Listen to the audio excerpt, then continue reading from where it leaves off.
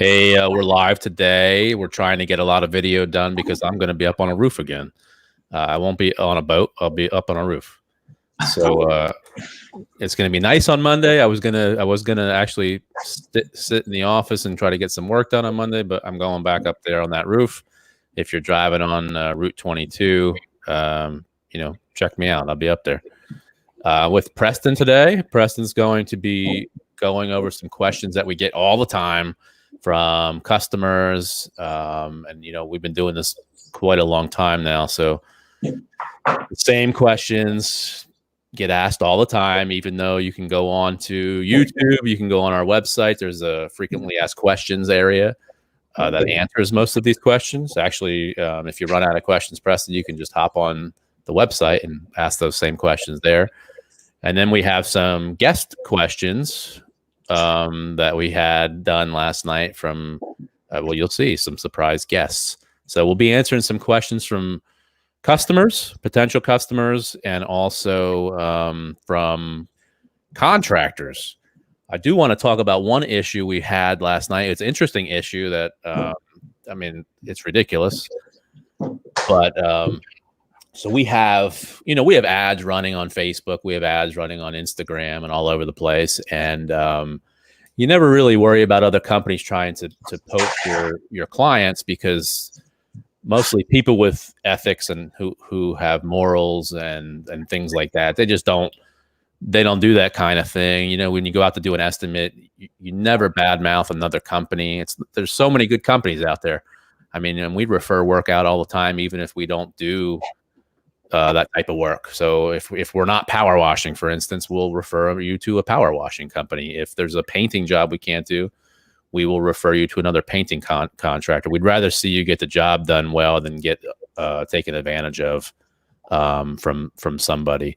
So we had somebody last night, a client, reach out to Preston and let him know that he received a Facebook message from somebody saying that they worked with us and that they could do a project. I think it was an epoxy floor cheaper than we could. So, if you get any messages like that from anybody, you got to put up the red flags right away. You would not want to work with somebody whose morals are so low. There's a question that came through there from LinkedIn. Hi, Laura. I'll get to you. You would not want to work with somebody whose morals are that low to try to sit and poach other people's business. We work hard and we pay for those ads. They're not just, Facebook give us ads for free. I wish they did. Maybe if I say Facebook too many times, they'll give us some free ads. So you just have to consider who you're working with. I don't know who this person is. I wish them all the best in their life. We are hiring if you want a job. We would definitely need people to help us. So don't steal other people's clients. That's not cool. If you're going to win them fair and square. And so let's move on from there. Go ahead, Preston. What do you got? Do you want to answer Laura's question first? Yeah, absolutely. So Laura, coming to us. Fiberglass and came pre-painted from the manufacturer. Awful peeling after 4 years and rebuilded nothing, even with the 40-year warranty. How can I fix that? Okay, Laura. Warranty that we talked about the other day. We actually did talk about warranties the other day. So I'm going to get in that real briefly. So when people give you these really, really long and super duper juicy warranties, they're usually not real, unfortunately. I just use the term for, epoxy floors. We're getting lifetime warranties that we're seeing. We're seeing 20-year warranties. You have to really read through the fine print to realize that they're actually not going to cover them. With fiberglass doors, boy, they're tough. I've done a bunch in my lifetime. The problem is the coating. I'm assuming it's painted.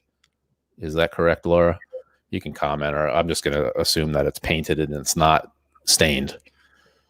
If it's a painted fiberglass door, what we want to do is kind of maintain it. You don't want to strip the paint back off of it if you don't have to. So it's going to be a maintenance issue, painting that door. We want to get the loose paint off, and we want to use some type of adhesion primer. It probably gets a lot of sun in the front of your house. That's the best way we would tackle it. If you could strip it all off, I mean, that's another route. It's going to be a costly one, unless it's coming right off. That she said it's painted. Okay, cool, pre-painted. So that's good. That's a good thing.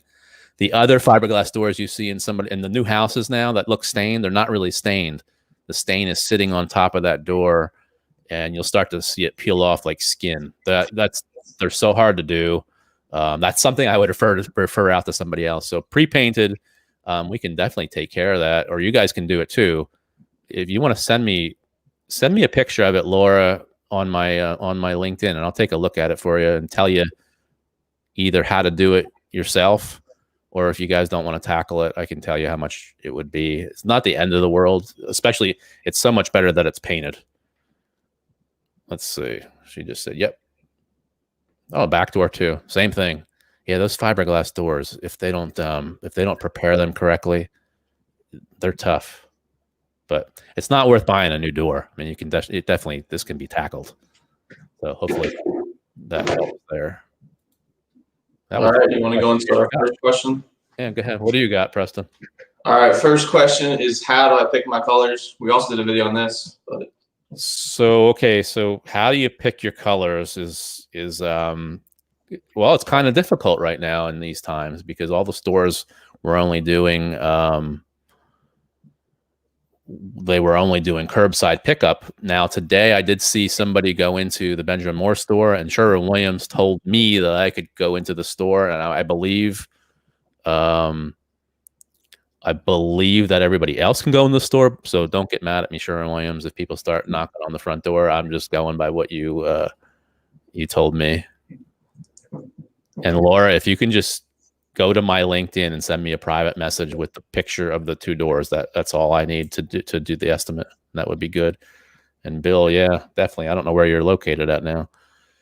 But back to picking colors. So you're in the coronavirus era right now. Everything's opening back up. So the last few weeks and months, you would have had to Home Depot's open, Lowe's is open, so we would want you to go into those two stores and pick the color chips of the colors that you like. We want you to bring those back to your house and put it in the room that you're going to pick the color. It's really important to take the colors that you want and put them in the room that you're going to use it and move it around the wall, because I did a job one time where they swore to us that we opened up a different can of paint and painted the one wall a different color. I mean, why would we do that? That's ridiculous.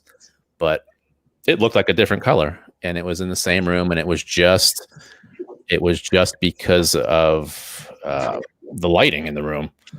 So bring it into the room, look around the walls, look at it at different times of the day. It's going to change colors. For me, I'm the type of personality that I don't really care. The colors to me, if I don't like the room, I paint the room again. But other people are really, really finicky about their colors. So for right now, I would say go to Home Depot, go to Lowe's. But like I said, I think you can get in Benjamin Moore now. Glico, Miller's, Buss Paints is Benjamin Moore in our area. And obviously Sherwin-Williams is all over the place. So we would want to have you either go into the store and pick your colors that way, or if you need a color consultation, I don't know if they're open back up yet to do that, but we can always come out and help you out with any colors that are possible. That's it. From there, we just need the color name and the color number, and then we can talk about paint sheens. Let me answer Mike's question here. Hey, Mike. So you asked a good question, actually. That's why I wanted to jump to you. What is the best way to paint over paneling and wallpaper? So the reason that we're painting over paneling and wallpaper is because the other options are more costly, obviously, and trying to get some wallpaper off is crazy. One time I did a brand new house that had wallpaper in it. It was a model home, so you would think that they would have built it correctly, but we were able to hang from the wall covering, from the top of the wall, and just hang ourselves there. It would never come off. So we want to, Mike, you want to oil prime that wallpaper. And I know some people are going to say, The oil is going to smell. Yes, it's going to smell, but we don't want to use a water-based product on it because it could activate the glue underneath, and then you have a whole bunch of other issues. So oil-based primer, you can get it at, again, Sherwin-Williams, Benjamin Moore stores. Just go to Home Depot. It's like $20 a gallon. It's a lot cheaper. Cover stain. Don't tell Sherwin-Williams and Benjamin Moore I said that, but go to Home Depot. It's like 20 bucks maybe now. You oil prime the whole wall of the wallpaper. You can put it on the paneling as well, but I'm going to give you another option for the paneling. Once you oil prime it, you have your surface. It's just like you're going to paint. So you can typically we'll cut the seams out a little bit to make them a little wider, and then we'll spackle every seam going up and down the wall. And then we're going to prime wherever we spackled, and then you can just put any kind of paint on top of it. The paneling, we want to, as long as we're talking about normal paneling, we just want to put an adhesion primer on it. Benjamin Moore, Glico, Buss, Miller's, they should have Sticks primer. Sherwin-Williams makes an extreme bond primer. I just want to prime it first because the surface is usually shiny. And once you do that, then you can paint it again with anything that you like. Hopefully that answers that question. And Bill, yeah, North Carolina is a little far, although I would like to go away. I didn't know you were that far away. What do you got, Preston? Well, going off the colors, I don't know if you saw this, but it was going viral the other day. One of the big manufacturers, they did something where they, on the side of the home exterior, the front of the house, they actually had like 5 different colors, and they had neighbors come up and pick what color the homeowner would choose. So I thought that was yeah. I didn't see that. I should have told me. I would have put the picture up. But I can't remember who it was from. That's why I can't get it. Some people definitely go very hate to say crazy. But we'll walk into some houses sometimes and you'll see 25 different colors painted all over the wall. So the reason we would ask you not to do that is because now we have to cover those colors. So you're actually forcing us to put a whole nother coat on, because sometimes if you go into a house and they have 15, 20 different colors, we can't just go in and spot that wall. You might still see some colors shining through the wall. But go ahead. What sheen should I use on my interior walls? Okay, it depends. Depends on how your house is. Do you have kids who are going to touch the walls? Do you guys touch the walls? Do you want to be able to wash the wall?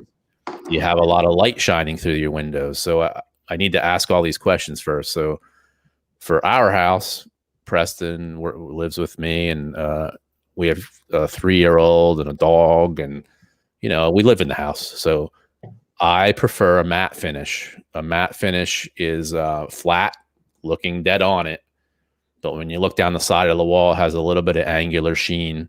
And the reason I like it is because you can scrub with a good matte finish. You can scrub the heck out of that wall. I think Jackson, my son, wrote in pencil up in the bedroom last year. Boy, that came right off. I did have to use a magic eraser. I would really caution you not to use the magic erasers on your walls because it's actually taking a little bit of the sheen off. So for me, a matte finish is great. I usually recommend that on my estimates. People haven't really heard about it too much. If you go flat, you can go flat. It has no finish. The benefits are you can touch it up anytime you want, usually. Doesn't show a lot of imperfections. So if you have a big grand foyer with that light shining through down the wall, and you want to hide a lot of things, I would go with a flat finish or a matte finish. But a lot of people use eggshell. Just remember, with eggshell, you might not be able to touch it up all the time. You might see a little bit of a shiny spot. Color might look a little bit different.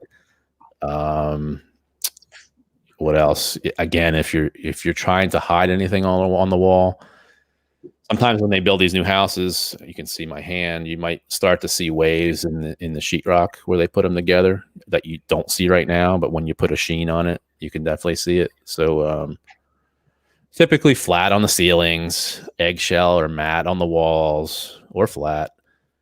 We don't want to go higher of a sheen than that. I mean, unless your walls are perfect. And typically we're doing repaints. So we're not coming in to make these walls look magically brand new. I'm in a room right now that the walls are plaster. So I know what they're going to look like when we paint them. And I'm okay with that. Some people aren't. And they want perfection. That's not usually typically with a repaint job. Let me pull up a question we got. Let's see what we got here, Preston. It's a video. Do I need to be home when the painters are here? Cool. All right. Do you need to be home when the painters are there? That's a great question. What I would say is you definitely need to be home the first day the painters are there, because we want to make sure that a walkthrough has been done. It should have been done before the job starts, but sometimes it's the first day. We want to walk back through everything that was estimated and confirm all the colors. You don't want to be doing your whole house and you never met the painter that first day and your colors get all mixed up here and there. So, but after that, you just need to make sure that they're able to get in the house. You told them how to lock the house up when they leave for the day, and they know which bathroom they're allowed to use, and they know where you want them to wash up their stuff. What you don't want to have painters doing, no matter who you hire, is washing their stuff in the upstairs bathroom, in the downstairs bathroom, in your kitchen. You want to, centralize them wherever you can. If you have a slop sink, that's even better. What you got? What do you got over there? All right, going off colors, why are accent walls more? Why do they cost more? People are surprised by this all the time, but so, okay, you're in the room right here. I don't have an accent wall in this room. So an accent wall is where you've painted the one wall a different color than the other three. And what happens is, it used to be very, very, very popular. So we would be going through a full house repaint. And boy, you might have 6, 7 accent walls, or an accent wall in every room. So now we have a new bucket, we have a new grid, we have a new roller cover. We have one wall in every room that we can't finish with the other 3 walls. So we have to let those 3 walls dry. We have to come back to that one wall and try to create a very sharp, crisp line where, no offense to home builders and all that, they all do the best that they can. Sometimes you have to create that straight line. So it takes longer, more labor, a whole nother gallon of paint usually for that accent wall. And sometimes if you have 4, 5, 6 accent walls, that's 6 more gallons of paint, 6 more roller covers, and a little bit of extra labor. So everybody charges for an accent wall. And then going off that, it says, how many colors should I use in my home? This is going to be preference again, and this is why we like to have you get a color consult, because we've done some homes where, boy, there's 15 different colors in the house. So we charge extra for over a certain amount of colors, and I don't want to just quote that off the top of my head here. Tanya can answer that better. I think we allow you 4 colors in the house, maybe 5 colors. Don't quote me on it. The reason, again, is because each additional color is more money. It's a switch out of the bucket, switch out of another roller cover. It's less productive, and a different color in every room gets to be a little hard on your eyes. So a true color consultant, an interior decorator, can speak about this a little more. I kind of like the colors to flow with each other, and maybe using a shade lower or higher in every room. I think our house, Preston, there's different shades of gray, and you can't even tell the difference. There's probably 4 or 5 different colors in our house, and they all look the same to me. So I defer to a color consultant there. Okay. Do you want to touch on the estimating process real quick and virtual estimates? Yeah, definitely. So virtual estimates are all the rage right now because of the coronavirus, but we had been doing them before. Like for kitchen cabinet estimates, we don't go out for kitchen cabinet estimates. I don't remember the last time I was out for one. There's just no need. They're all pretty much the same. It's just the number of cabinet doors and drawers that we need to know. And so we thought, what's the difference of doing that with interior painting or Laura's door? So, for me to drive all the way out to, I don't know where Laura lives, but if I had to drive out to Laura's house, which we have done, just to go look at 2 doors, to drive all the way out to her house to look at a door, she needs to wait in the morning for me or whenever she's wants the estimate done. I drove, a half hour here, half hour there. By the time we're done, an estimate costs us, sounds crazy, but $400 or $500 to do an estimate. They're not free for us to do estimates. It costs us money on our end. I have to come back. I have to do the estimate. I have to write it up. We have to follow up.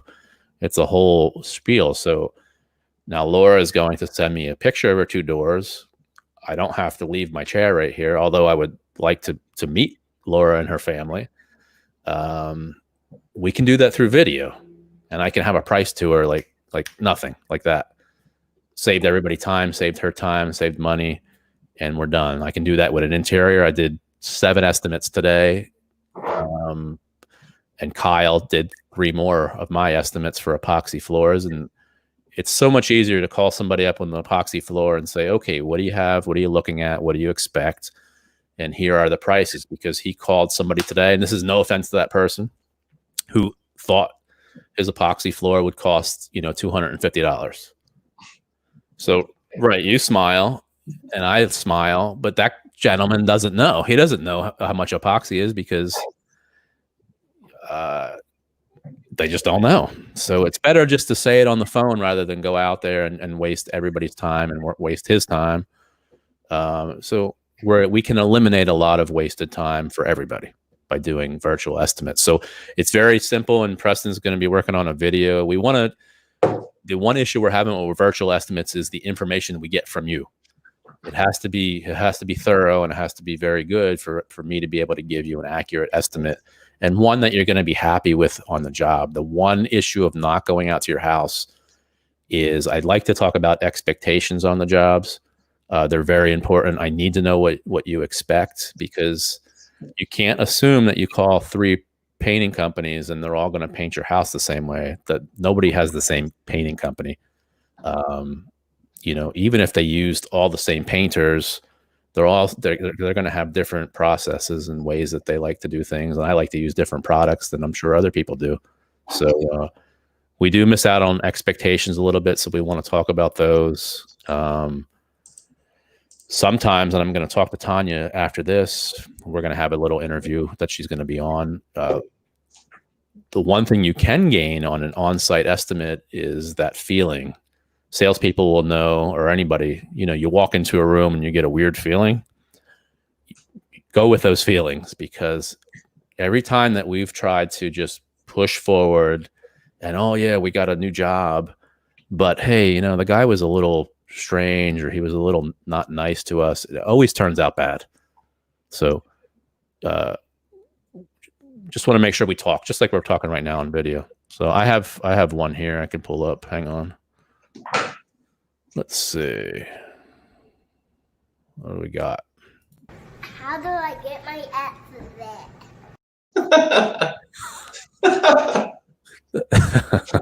estimate? That's my other son. So he said, how do I get my estimate?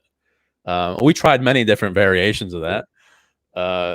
So we just said it. We want to do a virtual estimate. We're moving forward with virtual estimates from here on out. I see no reason not to do it. Although I did an on-site one this morning too for a commercial property. So some we do have to go out to.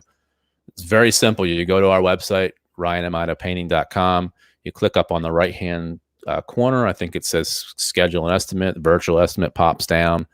And then Preston and I are going to be working on a little how-to video on the best pictures to get for the house. That's always been the issue. So we're not looking for up close and personal pictures. We don't need anything close up. We need to see whether it's inside or outside, from the ground to the ceiling. So from inside, from the floor to the ceiling, and from outside, from the ground to the roof, and the big pictures. So we need a picture of every wall, and that's it. Just some expectations. If you feel comfortable, and want to do a video, just need a very slow video walking through explaining what you want, or just some pictures, and you're able to download those or upload those right from our website. Want me to do one more? I can do one just off the estimate. Can you itemize the labor and materials? All right. So Tanya knows this drives me crazy. I don't know why, but it does drive me crazy. So I understand why people ask for it. They want it itemized. The problem with that is if you're itemizing it to compare it to other estimates, it's so hard. You can put 3 of us estimators in one room looking at the same job, the same paint. You can talk to us at the same time, and you're going to get 3 different and you're going to get 3 different prices to the job, because estimating is not science. It's guesstimating, really. I mean, we're all guessing off of historical, we've painted 100 of these rooms. This is what we're going to do to your room. But that's not, you can't do that from company to company. So, when you go take your car to the mechanic, you're typically not asking them to itemize it for you, although some of them do. When you go out to a restaurant locally, all the restaurants are trying to get back going right now. You don't ask them to itemize the service versus the food. So our estimates are one, and everything's included. All the paint's included. If we do your job and we have to buy extra paint, we don't charge you for the extra paint unless you've asked for a change.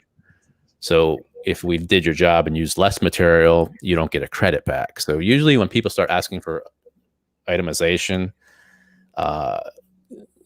usually contractors, they're going to use that information against you down the road.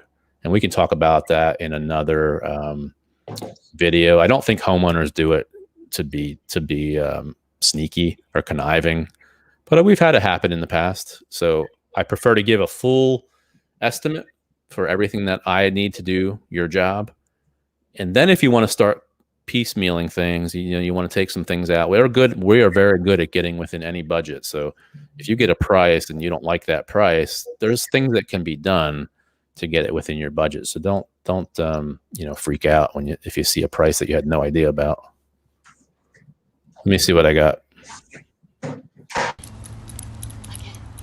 Is my floor done yet? Good question. So he's referring to an epoxy floor. Here's the thing with epoxy floors. And Kyle has lived this the last, 3-4 weeks of this weather, this great weather that we have in the Lehigh Valley and our parts of the country. Is epoxy is very vulnerable to moisture, sunlight, rain, sun. I mean, anything you can think of, we have to deal with epoxy. It's not like we're coming in to your bedroom and we can just paint no matter what. But even inside, you're dealing with moisture and humidity. So all the specifications for each product we use is going to tell us that, hey, you have, 8 hours to cure time, or you can walk back on it, or 24 hours for you to dry back on it, or whatever it might be.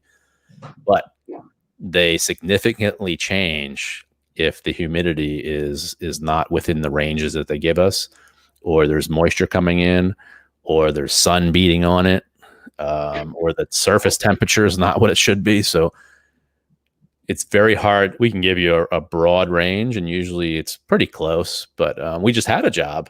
It was a warehouse where, boy, it was probably 75 degrees outside, but inside it had to be 50 degrees. It was crazy.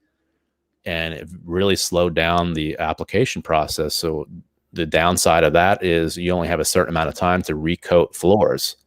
So we were way past our recoat time. So we had to grind the floor again to be able to coat it again. That's just things you have to deal with. So you have to really talk to Kyle when he's out on the jobs, and he's pretty good at letting you know what's going on, whether your floor is done or not. I got one more. Let's see. How do I pick my colors? We forgot that one. We already asked that one. Let's answer it again. Is we prefer that we can get a color consultant out to you. I don't think that's happening right now with everything going on. I don't think the stores are offering it. Even our color consultant, I don't believe, is doing it right now. We can help you out ourselves, as best that we can, and let you know what's been popular and what might work inside your house. But again, we do prefer that you go to the paint store. Go to the paint store. We believe they're open again, where you can go inside. Don't quote me, but bring the color samples back and put them on the wall. Don't start painting this little flag on your walls if you don't have to. They have the color cards. You can buy bigger color cards now and move them from wall to wall as the day changes, and you're going to see that color change. But any help that you need with colors, just holler. Not a big deal. One more here. Hang on. One more. When can I drive my car on my floor? That goes back to when is my floor done? So typically, I'm going to answer for Kyle, although he should answer this. We're using a polyaspartic top coat, which cures very quickly. I believe you can get back on it in 24 hours. But again, you're dealing with humidity and things like that. So we want everything to properly cure. The longer you can stay off of it, the better. I mean, if it was my garage and Kyle told me you can get back on it in 24 hours, I would probably wait 48 hours, if not more, just for my own well-being of my mind. All right, let's go to after the estimate is done. So the other company is cheaper, your price is high. All right. So we do hear that. We're not typically the lowest price, but I guess I always say, why do you assume that the lowest price is the right price? I mean, how do you know they're right? Maybe they're too low. So you don't want to find that out once the job starts and they find out they bid this job too low and they're halfway through your house, because a good company, a reputable company is going to finish your house, but some companies are going to try to do everything they possibly can to hurry up and get this job done because they're losing money every day. And that could be cheaper products. They skimp on the prep. There's ways that companies can do that. So you have to really trust who you're hiring. I always, if somebody comes to give me an estimate and I feel good about them, I don't really haggle on the price. I mean, as long as it's what we can afford. Sometimes it's worth paying the price of trust. What else you got? Going on to after the job is won, how will my job be scheduled? That's a good question. Tanya handles this. So after the job is won, I don't know if everybody knows that I don't really do anything day to day. I don't like doing the day to day. It's not like my love. And I've been doing some other things. Me and Preston have been doing some interviews and videos, and I have some other business ventures going on. So Tanya runs all the day-to-day stuff. She is awesome. She's very busy. So, I mean, you got to give her a little leeway. So when you click that, I think it's blue. When you click that blue button on the left side of the screen of your proposal, and it says, I accept this job, we get an email right away. Tanya gets that email. She sends out a deposit request if it's applicable to your job. As soon as we receive the deposit request and your acceptance, then she will roughly schedule your job. I say roughly because there is no way in the painting industry that we can say, hey, we're going to be at your house on July the 1st. It's tough. The schedule is ever moving. It's ever flowing. Sometimes we're ahead. Sometimes we're behind. Again, we're dealing with weather conditions. People call off too. So you're dealing with people's cars break down. The personal aspect of it. People are sick. Their kids get sick. We're not forcing somebody to go paint a bedroom because, their children are sick and they have to stay home and watch them. That's families first. So we may be a day or so ahead or behind.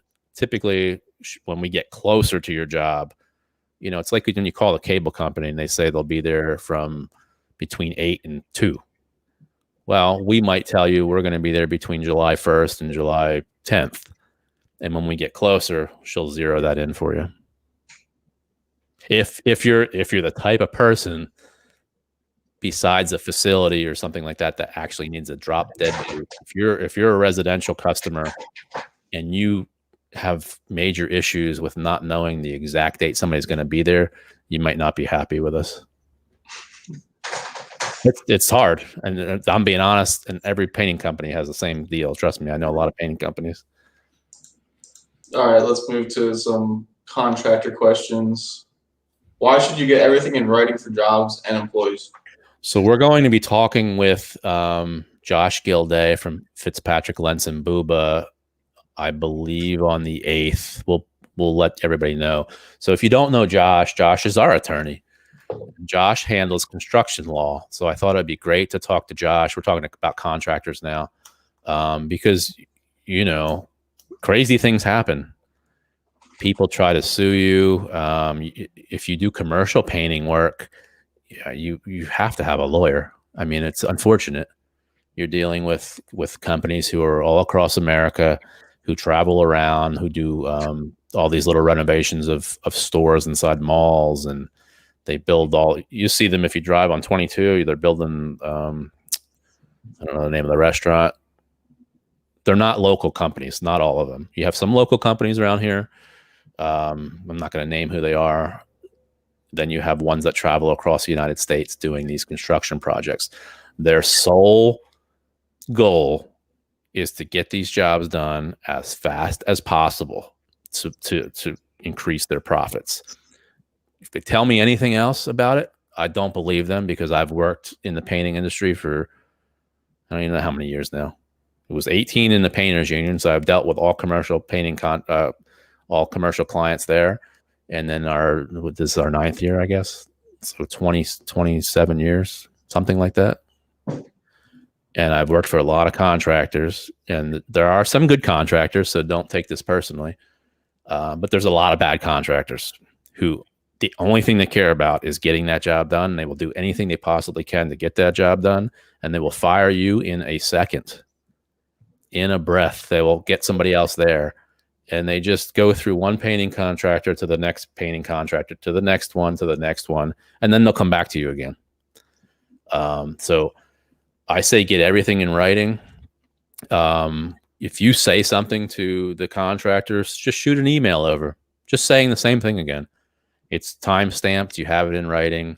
We're talking about commercial contracting right now. If you're talking about residential things, that you don't really have as many liabilities legally, other than if you mess somebody's job up. But then, I mean, you should try to fix it if any way possible. It's more the commercial contracting. So Josh is going to come on.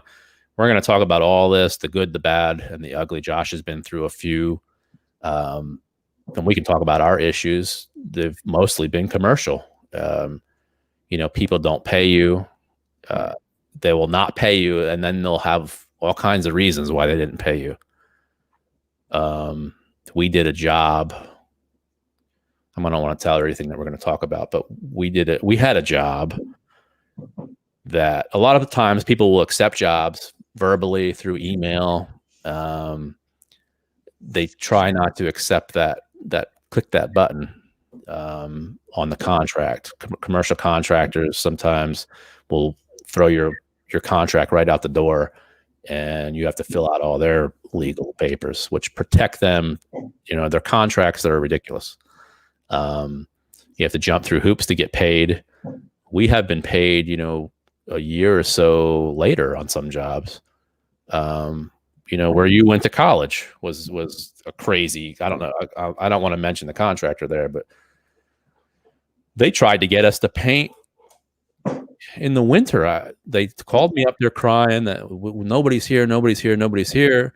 We go up to paint the bathrooms, and they're filled with a foot of snow. The bathrooms are literally filled with snow. And boy, that was crazy. But you know, they throw a big fit. You have to paint. You have to do this. You have to paint when below temperatures. You have to paint above temperatures. And when something happens to it, who do you think they come back to? They don't own it. You own it. So that's why you need a lawyer for commercial painting. How many more you want to do? Let's do a couple more, because I got to jump on another call with Tanya. All right. what happens when a job goes bad, and if you get a bad review, what happens next? So, okay, we're typically talking about residential work, and any contractor who tells you they haven't had a bad job is not telling you the truth. So we've had bad jobs. What you need to do is fix them. I mean, nobody can really say that we've not tried to go back and correct any insufficiencies on jobs. We've always tried to do that. I mean, if somebody's abusive to us verbally, or if people feel threatened, I can't send people back to do the work. So that's only one instance. I can think of maybe two. But jobs are going to be messed up. People are going to get paint on things. Things will be broken. If you're painting for so many people all the time, people make mistakes and accidents happen. That's what, insurance is for. That's what morals are for, to go back and correct them. But then you're going to get some people who are just tough clients, tough people to deal with, not people you would want to be around, people who the guys and girls want to get off their jobs as fast as possible, the people that the office doesn't want to deal with. I mean, we all know who they are, and who will leave bad reviews everywhere they possibly can leave bad reviews. They just don't take into account that those bad reviews are hurting families. It's not like they're hurting just Amato Painting, or just Bob's Painting, or Mike's Painting, or whoever the painting company is. They're hurting, Mike. They're hurting Mike's wife and his children. They're hurting the painters that paint for Mike, because it could affect future work for people. And it doesn't even mean that review is true. So when we see reviews come in that are bad or irrational, we want to know what happened on the job. Did we do everything we possibly can do to at least try to resolve it? Did they let us try to resolve it? Then you have to understand that these people have something going on in their life. To lash out at people and just be so negative, you have to feel bad for those people, because there's other people living with them. No, I'm serious. There's other people living with them who have to deal with them every day. They have something going on in their life that they're not happy with, that they're thinking about a paint job from a year ago. There has to be something going on. You can't just wake up one day and I'm not thinking about the oil change I got on my truck 2 years ago, whether how horrendous it was, or I wasn't just happy with them. I'd almost bank that they've had issues with other people in their life as well.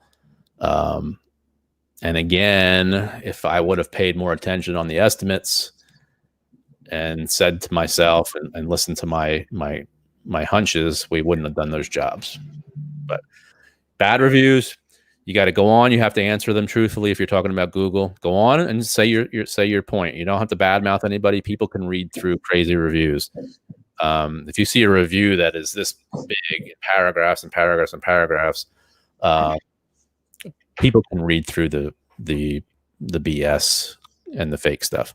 If you go on Target, if you go on any place, really, you're going to see bad reviews. Places you love are going to have bad reviews. That doesn't mean that that's a bad company. Maybe somebody had a bad experience, or maybe it's that person. So answer your reviews, get good reviews, be positive. Don't let a bad review ruin your day. Don't let it ruin your team's day. That's really it. Just be positive about everything. So let's take us out of here, Preston. We got to get moving. I think that was a good place to end. Cool. So it's Amato Painting, RyanAmatoPainting.com. If you need any painting work done, we actually have a ton of exterior painting and epoxy floors on the books. I know Tanya is looking for some interior work to be able to fill in here and there, and our normal interior painting. So if you need anything done, remember, go up at the top of the screen, click virtual estimate, schedule estimate, virtual estimate. I just need pictures, and then we go from there. So hopefully we learned something today, and hopefully we can do this maybe every week. So anything else? No, it's fun. All right.